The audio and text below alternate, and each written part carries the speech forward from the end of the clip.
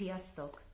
Szeretettel köszöntelek benneteket, és kívánom, hogy induljon mosolygósan a mai nap. Én mindent megtettem annak érdekében, hogy ez így legyen. Kedvenc meséket, verseket válogattam nektek mára. A jugoszláviai, illetve a vajdasági magyar népmese gyűjteményemből vészesen fogynak a mesék. Ahogy számolgattam, a main kívül még 2 mesére van lehetőség, és nektek kell eldönteni, hogy ki legyen a szélördög utóda. Jövő héten fogok majd szavazást indítani. A svéd gyermekversek, ami a szívedet nyomja, a férjem által dekorált borítóval, és a francia versek és mesék gyerekeknek című kötet, igazi különlegesség, a címe az Álomtündérek. Szóval hamarosan valamelyikük megörökli a szélördög helyét, de most következzék egy olyan népmese, amely szintén arról a tájegységről származik, ahol én születtem, ahol én felnőttem. Ez a kisváros olyan 11-2 kilométerre helyezkedik el a szülőfalunktól, Hódegyházától. Csóka a település neve, úgyhogy fogadjatok szeretettel egy csókai népmesét. Halász János. A Tisza szélén volt egy halászkunyhó. Lakott benne egy halászbácsi, kettecskén a feleségével, de családjuk nem volt. Egy alkalommal az öreg este lement a Tiszára, kivettette a hálót. Egyszer csak látja, jön a Tiszán valami fekete, fényes. Úgy nézett ki, mint a csillag. Megvárta, míg odaért. Hát, mi volt benne? Egy kis koporsó. Abban feküdt egy kis csecsemő. Felvette a csónakba, bevitte a feleségéhez. Mondja a feleségének: nézd, feleségem, mit fogtam a Tiszában. Bizony, egy szép aranyhajú gyermek volt benne. Azt mondja az öreg: nekünk úgy sincs családunk, öregek vagyunk, felneveljük, lesz, aki majd a gondunkat viseli.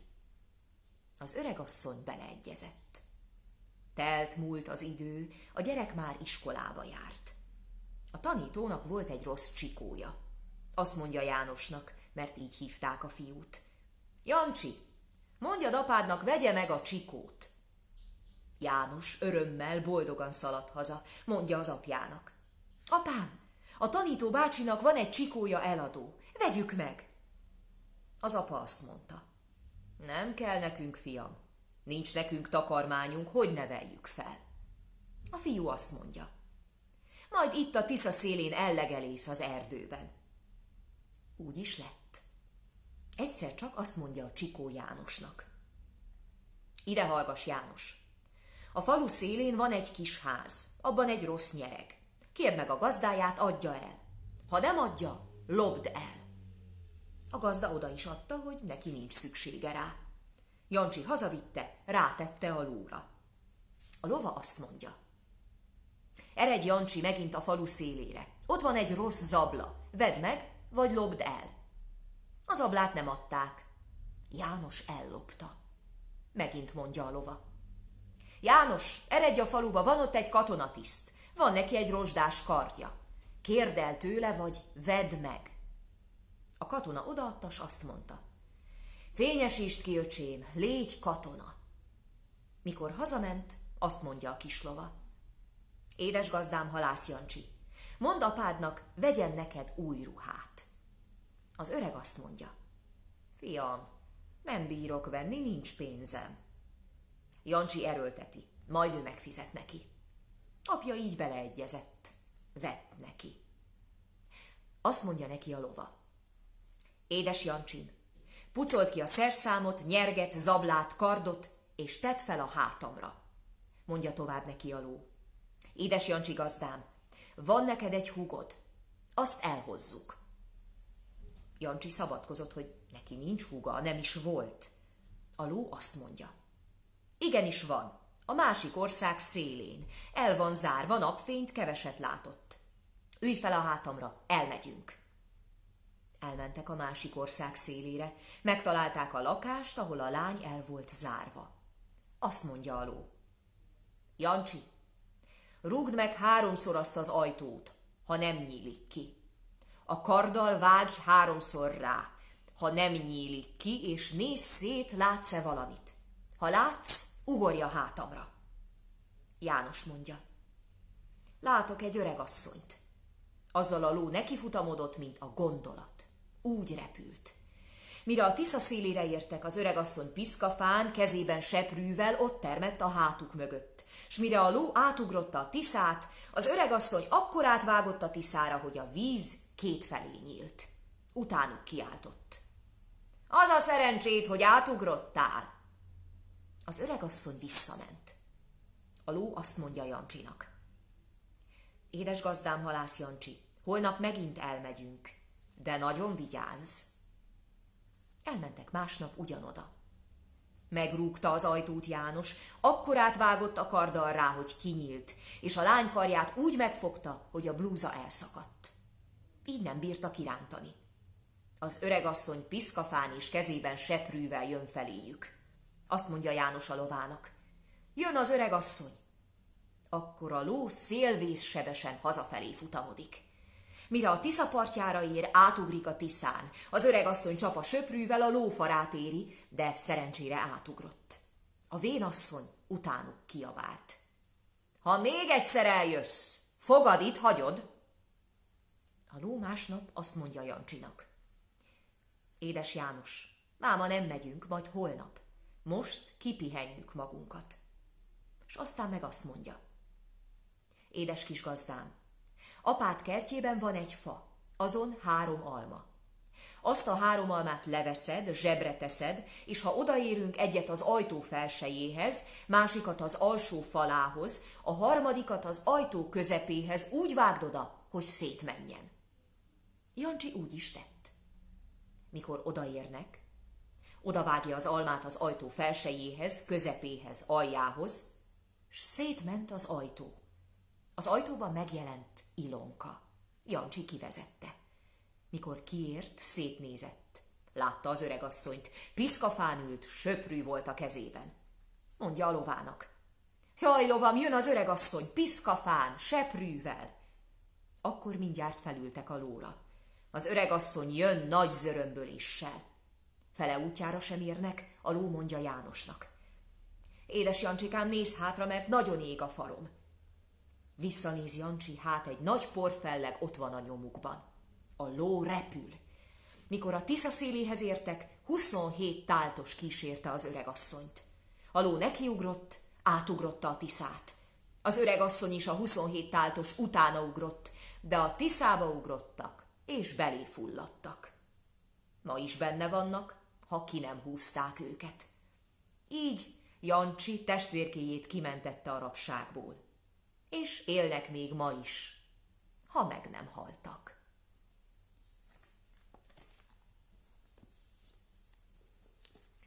Az Apám kakasa parafrázis kötetből válogattam nektek igazi csemegéket. Petőfi Sándor. Szeget szeggel. Jaj a hátam, oda van. Szomszéd bácsi kiporozta csúfosan. Átkozott a görcsös, fügykös somnyele, mellyel engem oly pogányul csépele. Miért is tart hát kertet, s benne körte fát, és az Isten rá gyümölcsöt minek ád? Csábítólag kandikált a körte rám, csábjait ki már sehogy sem állhatám. Átugortam a palánkon, átesém. Hogy megingott bele májam és vesém, s nem elég ez, szomszéd bácsi rajta kap, s akkor jött még a valódi haddelhadd. Én teremtőm, miért is értem-e napot? Megrakott, hogy minden csontom ropogott. Nesze, mondta, nesze másik, harmadik, és a mindentudó tudja, hányadik. Jelen volt a holdvilág a lagzinál, búsan nézte, szomszéd bácsi mit csinál. Fellegekből vett magára gyászmezet, és megosztva szenvedésem könnyezett. Csak ő nem könyörül le egyedül. 3 a táncmondas egyre hegedült. Hegedült a bottal hátam közepén. Keservesen, siralmasan jártam én. Deszen jól van, kiheverem én e bajt, s visszakapja még a kölcsönt, vissza majd. Tudjuk, hányat vert az óra, tudjuk ám. Ön is rak a tűzre rossz fát, bácsikám.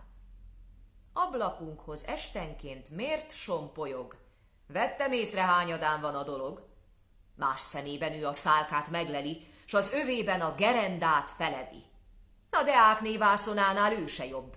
Engem dönget a lopásért, s szinte lop. Lopni jár ő, csókot lopni nénihez, míg anyánk a Bibliában levelez. Tegye lábát ablakunkhoz ezután, fogadom, nem nézek általa szitán. Megugratni vagy anyánkat hívom át, vagy leöntöm dézsavízzel a nyakát. Vörös István, gépet géppel.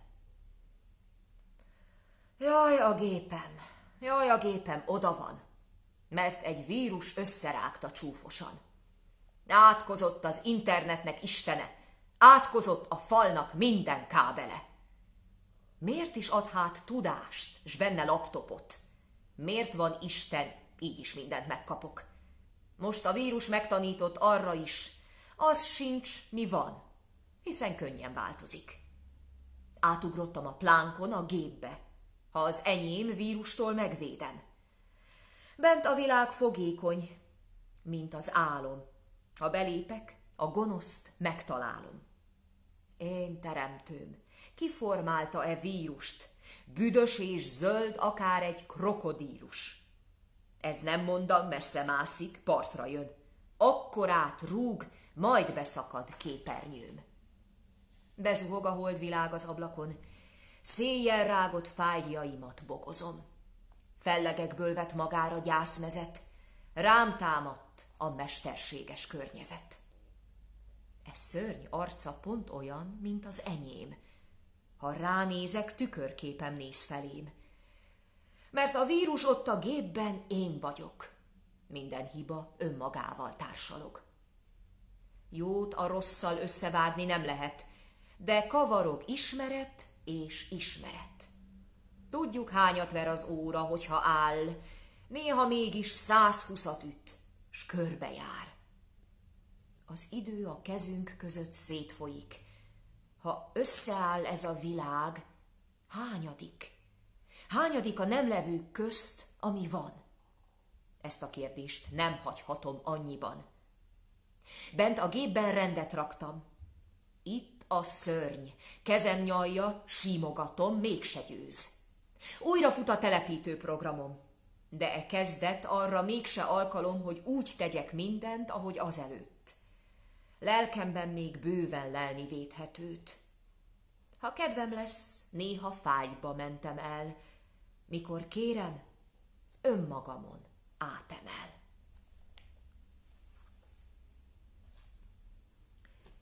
Kosztolányi Dezső. Az iskolában 60-an vagyunk. Az iskolában 60-an vagyunk. Szilaj legénykék, picik és nagyok. S e 60 ember furcsa zavarában a sok között most én is egy vagyok. Ez más, mint otthon. Festékszag, padok, a fekete táblácska és a kréta, a szivacs hideg, vizes illata, az udvaron a szilfa vén árnyéka, s a kapunál az arcom nézitán egy idegen és merev tulipán. Ez más, mint otthon. Bús komédia. Lélegzet visszafolytva félve nézem. 60 picike fej egyszerre int, s egyszerre pislant 120 kis veréb szem. 60 picike fürge szív dobog, 60 kis ember, mennyi sok gyerek. Amerre nézek, mint egy rengeteg. Kezek, kezek, és újra csak kezek. Mint kócbabácskák a török bazárba, e hűs terembe csöndesen bezárva, az orruk, a fülük, mint az enyém, s feje is olyan mindenkinek. Mi végre ez a sok fej, kéz, fül, orr? Sokszor csodálva kérdezem. Minek? Lackfi János.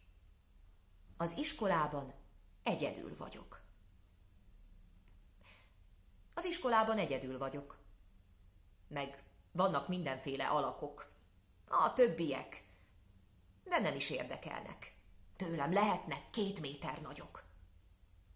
A firkált padban olvasok. Ugrálnak Némó kapitányok, Nyilas misik, Karamazov aljosa, a sinek közé fekszik, még a szeme sem rebbent egy kicsit. Az osztálytársak hiába titkolóznak, verekednek, csókolóznak itt. Én fennlebegve könyvem magasából sajnálom őket, hogy ilyen kicsik. Mert nagy vagyok már, szinte Isten, mindent látó, hatalmas olvasó. Gondolatot olvasok, titkot látok, s kincset, amit rejt elsüllyedt hajó. Az iskolások porosak szegénykék, feleléskor leégnek rendesen, vagy éppen kívülről fújják a leckét. Okos tojások nem tetszenek nekem. Persze, ha egyszer a lábamra lépnek, vörös fejjel közéjük rohanok, és rontok-bontok én is, mint egy törpe. Én is csak egy kis oktondi vagyok. De közben a fejemben az motoszkál, hogy lát engem, olvassa valaki felülről furcsa hangyányi kalandom. Megfordulok. Integetek neki. Vörös István az első B-ben. Az első B-ben 30-an vagyunk. Sápatlegénykék, pici angyalok, s 30 ember furcsa avarában gázolnak a kiránduló nagyok. Azt mondják, hogy tanítani akarnak, de közben én egy fára gondolok. Ez más. Nem erdő, neonfény, padok. A digitális tábla és a kréta előttem vívja a csatáját, mint a farkas és az őz árnyéka. Ez más. Nem erdő. Nagy komédia. Lélegzet visszafolytva nézem, fiúk, lányok az első B-ben. 60 pici ököl egyszerre üt, mint aki boxmeccsen megrészegült. 30 kíváncsi, fürge szív dobog, előttünk veszekednek a nagyok. Elgazosodott erdő, sok gyerek, amerre nézek, mint a rengeteg. Kezek, öklök és újra csak kezek. Betört ablak, elhagyott ékezet, betört homlok, piros hiányjelek. A tudás akár egy bazárba, számítógépbe van bezárva. Az orruk, a fülük már az enyém. Hajat húzni kész költemény, vagy rálépni az uzsonnára, puhát érez az ember lába. Örömöt szerezni mindenkinek. Mit érez a fej, kéz, fül, orr? Ha a tükörbe nézek, azt kérdem. Ki ez?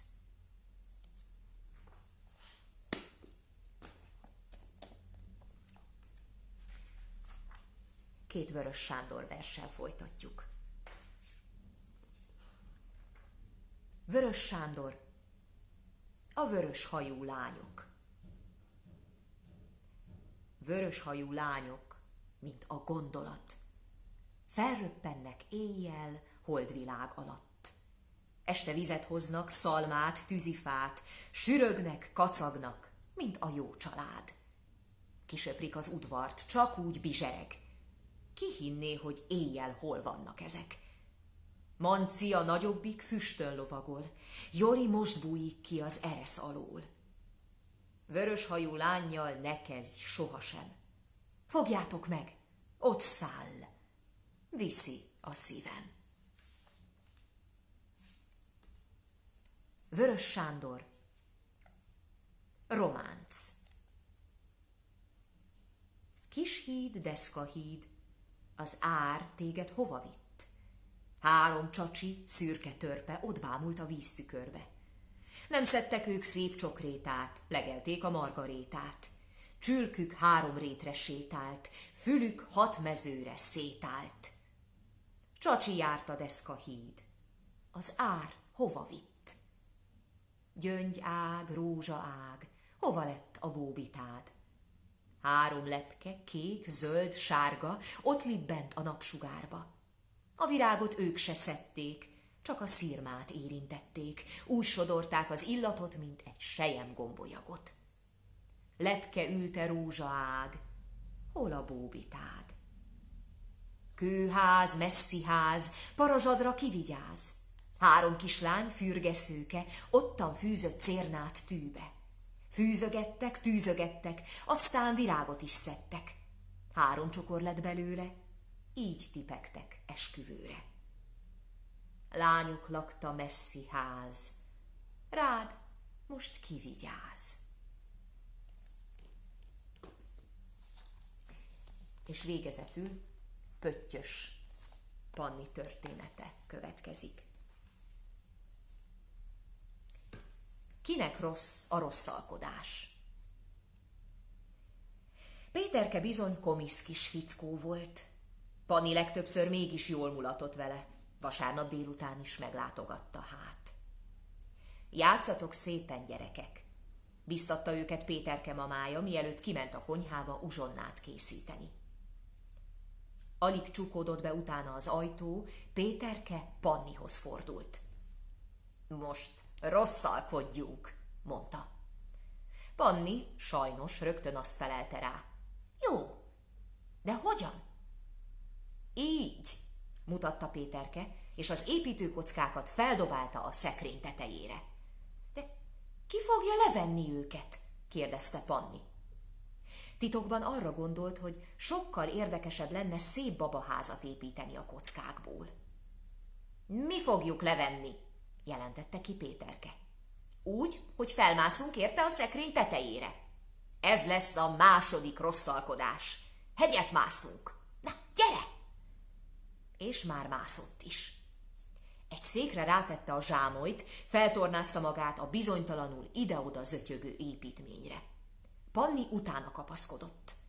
Mikor mind a ketten fennálltak, a zsámoly megbillent, és székestül felborult. Panni és Péterke nagyot estek, és elterültek a szőnyegen. Alaposan megütötték magukat.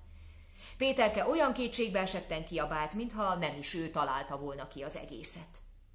A lármára izgatottan beszaladt az egész család. Péterke, már megint mit műveltél? Csóválta meg fejét a mamája szomorúan. Panni homlokán kék daganat nőtt hirtelen. Péterkének az orravére eredt el. Pedig már hányszor mondtam neked, hogy a rosszalkodás mindig csak annak rossz, aki rosszalkodik. Emelte fel a földről a mamája, és letörölte az arcáról a vért. Panni vizes zsebkendőt szorított a fején lévő dudorra, és alaposan megjegyezte magának azt, amit Péterke mamája mondott.